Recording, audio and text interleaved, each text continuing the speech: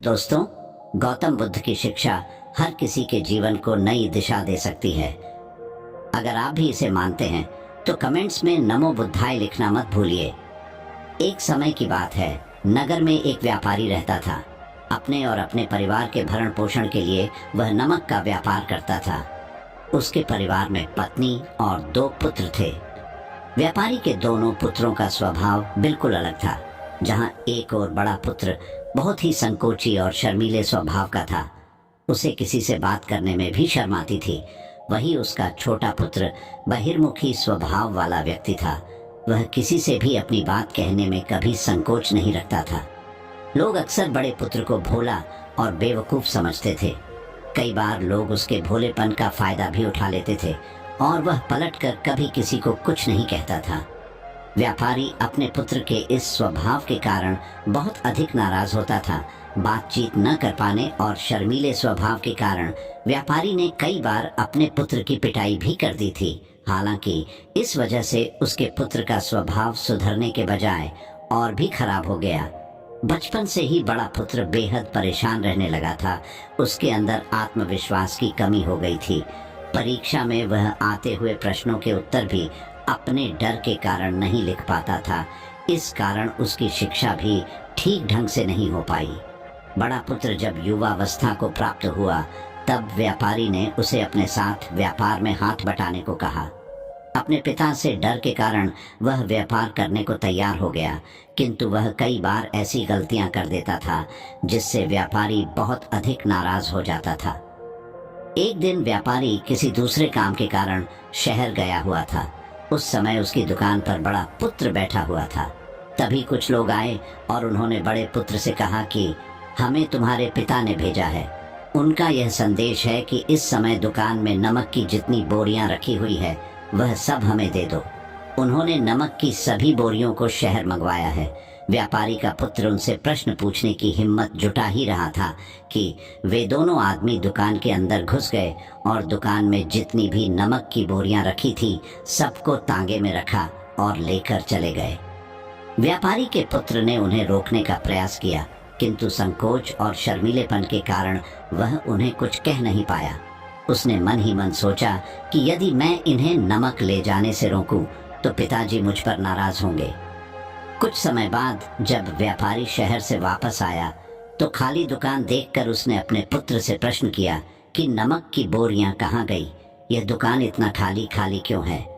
तब बड़े पुत्र ने धीमे स्वर में कहा कि कुछ लोग दुकान पर आए थे और उन्होंने मुझसे कहा कि आपने नमक की बोरियों को शहर मंगवाया है, और दुकान में से सारी बोरियों को निकाल कर लेकर चले गए। व्यापारी ने अपना सिर पीट लिया। उसने अपने पुत्र को दुकान से धक्का देते हुए कहा कि तू मूर्ख का मूर्ख ही रह जाएगा। वे लोग तुझे बेवकूफ बनाकर सारा सामान ले गए। तुमने मेरा बहुत भारी नुकसान करवा दिया। यहाँ से दूर भाग जाओ और घर वापस मत आना। यदि तुम वापस आए तो मैं तुम्हें पीट पीट कर सीधा कर दूंगा। व्यापारी का बड़ा पुत्र इस बात से बेहद दुखी हुआ। एक बार फिर उसके शर्मीले स्वभाव के कारण उसके पिता उससे और अधिक नाराज हो गए। साथ ही व्यापार में भी इतना नुकसान हो गया। उस समय नगर के सभी लोग व्यापारी के पुत्र पर हंस रहे थे और उसका मजाक बना रहे थे। उसे बहुत अधिक शर्मिंदगी महसूस हो रही थी। यही वह समय था जब उसने सोच लिया कि अब उसके जीवन में कुछ भी ठीक नहीं हो सकता है। वह सदैव मूर्ख का मूर्ख ही रह जाएगा और इस समाज में रह रहे लोगों के साथ कदम से कदम मिलाकर कभी नहीं चल पाएगा। व्यापारी का पुत्र नगर से बाहर आ गया और एक नदी के किनारे बैठकर खूब रोया। गहरे पानी को देखकर उसके मन में विचार आया कि अब उसके जीवित रहने का कोई फायदा नहीं है। उसने सोच लिया कि आज वह इस नदी में डूबकर अपने आप को समाप्त कर लेगा। असफल जीवन जीने से अच्छा है कि वह स्वयं को समाप्त कर ले। उसने जैसे ही नदी में छलांग लगाई, एक बौद्ध भिक्षु ने उसे बचा लिया और नदी से बाहर निकाल कर ले आए। व्यापारी का पुत्र बौद्ध भिक्षु पर नाराज होने लगा और कहने लगा कि तुमने मुझे क्यों बचाया? मैं इस असफल जीवन को जीना नहीं चाहता। बौद्ध भिक्षु ने उसे समझाया कि जीवन एक ही बार मिला है और यदि तुम जीवित ही नहीं रहोगे तो असफलता को खत्म करके सफल कैसे बनोगे?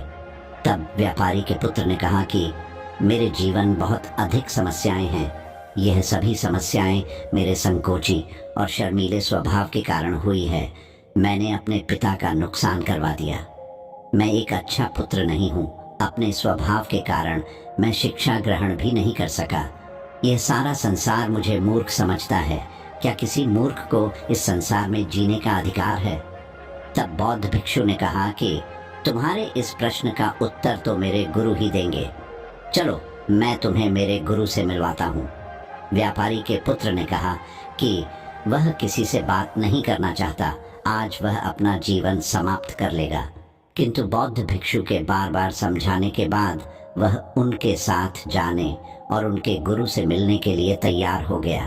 बौद्ध भिक्षु व्यापारी के पुत्र को आश्रम की ओर लेकर गए। वहां पर व्यापारी के पुत्र ने देखा कि एक व्यक्ति पेड़ के नीचे ध्यान मग्न बैठे हुए हैं। तभी बौद्ध भिक्षु ने कहा कि यह हमारे गुरु गौतम बुद्ध हैं। दोनों ने गौतम बुद्ध को प्रणाम किया। वह युवक वहीं पर बैठ गया और गौतम बुद्ध को देखकर रोने लगा। गौतम बुद्ध ने उससे उसके रोने का कारण पूछा। तब उसने कहा कि अब आप ही मेरी आखिरी उम्मीद है। यदि आप मेरी समस्या का समाधान नहीं करेंगे तो मेरा यह जीवन समाप्त हो जाएगा। गौतम बुद्ध ने व्यापारी के पुत्र से उसकी समस्या के बारे में पूछा। तब उसने बताया कि किस प्रकार वह बचपन से ही शर्मीले और अंतर्मुखी स्वभाव का है। इस कारण लोग उसे मूर्ख समझ लेते हैं और उसके पिता भी उससे प्रेम नहीं करते। तब गौतम बुद्ध ने युवक को शांत कराते हुए कहा कि मेरे पास तुम्हारी समस्या का समाधान है। तुम्हारा जीवन बहुत ही आसान हो सकता है। तब युवक ने कहा कि क्या सचमुच ऐसा हो सकता है? आप बहुत ही महान व्यक्तित्व प्रतीत होते हैं। आपके तो कई शिष्य हैं। हे गुरुदेव, मैं भी आपका शिष्य बनना चाहता हूँ। क्या आप मुझे अपने शिष्य के रूप में स्वीकार करेंगे? गौतम बुद्ध ने कहा कि हाँ, अवश्य। युवक ने कहा कि ठीक है गुरुदेव, अब मुझे वह उपाय बताइए जिससे कि मेरा जीवन बदल जाए। गौतम बुद्ध बोले, किंतु उससे पहले तुम्हें मेरे कुछ महत्वपूर्ण कार्य करने होंगे। यदि तुम मेरा यह कार्य करो तब मैं तुम्हें कुछ ऐसे उपाय बताऊंगा जिनके कारण तुम्हारे जीवन में सब कुछ ठीक हो जाएगा और तुम्हारे पिता भी तुमसे प्रसन्न रहेंगे। गौतम बुद्ध ने उस युवक को कहा कि आज से 3 दिन बाद मैं तुम्हें ऐसे उपाय बताऊंगा जिससे तुम्हारा जीवन बदल जाएगा। किंतु 3 दिनों तक तुम्हें मेरे सभी कार्य करने होंगे। मैं जैसा जैसा कहूँगा, यदि तुम वह कार्य को करने में सफल रहे तो तीसरे दिन के बाद तुम्हारा जीवन बदल जाएगा। तुम्हारा पहला दिन कल से शुरू होगा। अभी जाओ और आश्रम में ही आराम करो। अगले दिन व्यापारी का पुत्र गौतम बुद्ध के पास पहुंचा और कहा कि हे गुरुदेव, मुझे पहले दिन का कार्य बताइए। तब गौतम बुद्ध ने कहा कि आज तुम्हें 10 अजनबी व्यक्तियों से बातचीत करनी है और उनका हाल जानना है। इसका लेखा जोखा शाम तक लेकर आना। व्यापारी के पुत्र को बड़ा ही संकोच महसूस हुआ, किंतु उसने गौतम बुद्ध को हाँ कह दिया। वह निकल पड़ा 10 अजनबी लोगों से बातचीत करने। शुरू में उसे बहुत अधिक संकोच हुआ। कई लोग तो उसे डांट कर भगा देते थे। उसके सामने अपना जीवन बदलने का यही एक उपाय था। आखिरकार कोशिश करते हुए उसने 10 अजनबी लोगों के नाम और उनके व्यापार का लेखा जोखा प्राप्त कर लिया। शाम को जब वह गौतम बुद्ध के पास पहुंचा तो प्रसन्नता के साथ उसने गौतम बुद्ध को बताया कि आज का कार्य उसने सही ढंग से पूरा कर लिया है। कुछ लोग तो उसके मित्र भी बन गए हैं। दूसरे दिन फिर वह युवक गौतम बुद्ध के पास पहुंचा।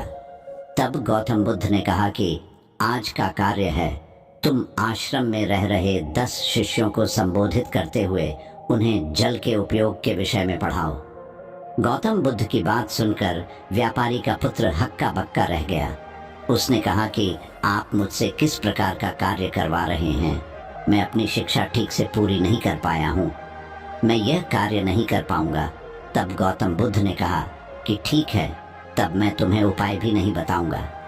व्यापारी के पुत्र ने प्रार्थना करते हुए कहा कि आप जानते हैं मेरी शिक्षा अधूरी है, फिर मैं किस प्रकार बालकों को शिक्षा दे सकता हूँ? गौतम बुद्ध ने मुस्कुराते हुए कहा कि यहाँ सिर्फ मैं जानता हूँ कि तुम्हारी शिक्षा अधूरी है, वे बालक नहीं जानते। तुम रोज अपने जीवन में जल का उपयोग करते हो, यही सब बातें जाकर उन बालकों को बतानी है। आखिरकार व्यापारी के पुत्र के पास कोई रास्ता नहीं बचा। हिम्मत जुटाकर वह उन बालकों के पास पहुंच गया। शुरू में तो उसके हाथ पैर कांप पर रहे थे, किंतु आखिरकार उसने जल की विशेषताओं के बारे में बताना प्रारंभ कर दिया। उसने बालकों को जल की 5 विशेषताएं बताई और जल्दी से वहां से भाग आया। गौतम बुद्ध के पास आकर उसने कहा कि बहुत अधिक डर लग रहा था, किंतु मैंने बालकों को जल की 5 विशेषताएं बता दी हैं। गौतम बुद्ध ने कहा कि जो एक बार फिर कोशिश करके आओ। व्यापारी का पुत्र ने एक बार फिर हिम्मत जुटाई और बालकों को जल के विषय में पढ़ाना शुरू किया। इस बार व्यापारी के पुत्र को बिल्कुल डर नहीं लग रहा था। पूरे आत्मविश्वास के साथ बालकों को शिक्षा दी। तब गौतम बुद्ध ने युवक की प्रशंसा करते हुए कहा कि तुम अवश्य ही साहसी हो। गौतम बुद्ध से शाबाशी सुनकर वह युवक बहुत अधिक प्रसन्न हुआ। युवक तीसरे दिन जब गौतम बुद्ध के पास आया तो गौतम बुद्ध ने उससे कहा कि आज का कार्य तुम्हें थोड़ा अजीब लग सकता है, किंतु आज तुम्हें अपने पिता से मिलने जाना है। गौतम बुद्ध की यह बात सुनकर वह युवक बहुत अधिक डर गया। उसने कहा कि नहीं नहीं, मैं अपने पिता के सामने नहीं जाऊंगा। गौतम बुद्ध ने कहा कि ठीक है, तब मैं तुम्हें उपाय भी नहीं बताऊंगा। आखिरकार उस युवक को गौतम बुद्ध की बात माननी पड़ी। गौतम बुद्ध ने उसे समझाया कि अपने पिता के पास जाकर उनसे क्षमा मांगना और कहना कि तुम्हें एक और अवसर दे ताकि तुम स्वयं को बुद्धिमान साबित कर सको। उसे युवक ने बड़ी हिम्मत के साथ अपने पिता का सामना किया और उनसे क्षमा मांगी। आखिरकार व्यापारी ने अपने पुत्र को क्षमा कर दिया और उसे दूसरा अवसर देने के लिए तैयार हो गए। व्यापारी का पुत्र गौतम बुद्ध के पास आया और उसने जब उपाय के बारे में जानना चाहा, तब गौतम बुद्ध ने कहा कि तुमने स्वयं ही अपना उपाय खोज लिया है। तुम किसी से बात नहीं कर पाते थे, शर्मीले थे। सब कुछ तुम्हारे मन में बैठा हुआ डर था। हम कितने आत्मविश्वासी हैं, कितने शर्मीले हैं और हमारे अंदर कितना डर है, ये सिर्फ हमें पता होता है। बाहरी दुनिया में किसी को नहीं पता होता है। बाहरी दुनिया में हम स्वयं को जिस प्रकार का दिखाते हैं, लोग हमें इस प्रकार का समझते हैं। अगर तुम आत्मविश्वासी नहीं हो तो भी अनजान व्यक्तियों के सामने यदि आत्मविश्वासी होने का अभिनय करो तो किसी को पता ही नहीं चलेगा कि तुम कौन हो। वह युवक समझ चुका था कि गौतम बुद्ध उसे क्या बताना चाह रहे हैं। गौतम बुद्ध को धन्यवाद किया और उनसे वादा किया कि वह जीवन में सफल होकर दिखाएगा। दोस्तों, यह वीडियो पसंद आई हो तो इसे लाइक ज़रूर करें और चैनल को सब्सक्राइब करना ना भूलें। आपके आसपास भी कोई ऐसा शर्मीला और संकोची स्वभाव का व्यक्ति है तो उसे यह वीडियो ज़रूर शेयर करें ताकि उसकी सहायता हो सके।